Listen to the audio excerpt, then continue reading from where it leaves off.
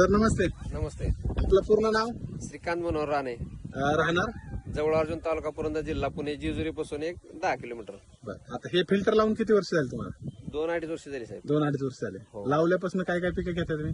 गहू शिवरी घेतली होती, माझा गोट फार्म होता. हा. शिवरी, गहू, हत्ती घास हा.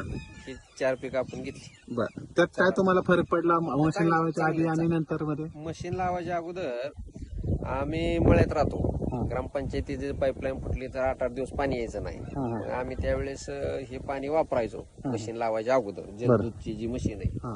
त्यावेळेस आम्ही आंघोळीला पाणी वापरायचो. पर्याय नसायचा, ग्रामीण भागात राहतो आम्ही. बरं. आणि मग ते पाणी इतकं चिकट असायचं, साबण लावला का केस चिकट होणं, भांडे धुतले का भांड्यावर डाग राहणं. तिथं आमचा स्वतःचा माझा वैयक्तिक अनुभव आहे. मग आमच्या बंधूंनी ना आम्ही निर्णय घेतला आणि गिरे साहेबांना सांगितलं, बाबा हे आम्हाला तुम्ही बसवून द्या. बरं. बसवल्यानंतर ज्यावेळेस परत पाईपलाईन फुटायची ना आम्ही ह्याचा वापर करायचो, त्यावेळेस आम्हाला इतका फरक पडला की भांड्यावरचे डाग नाहीसे झाले.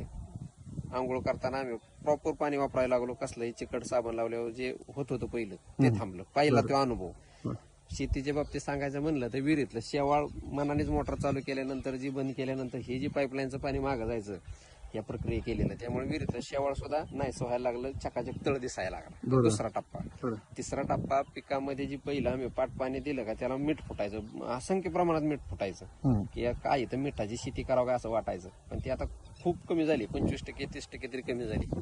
त्यामुळं युरिया टाकल्यानंतर पिकाला जशी काळुकी येते तशी ह्या पाण्यानंतर काळुकी येते असं माझा तर समज आहे. शिवरीला आणि आमच्या गावाला कडवाळ, मका आणि हत्ती घास याला काय गाव आहे ना आम्हाला चांगलं त्या ठिकाणी सर्व्हिस मिळालेली आणि आम्ही ह्या मशीनवर खुश आहे.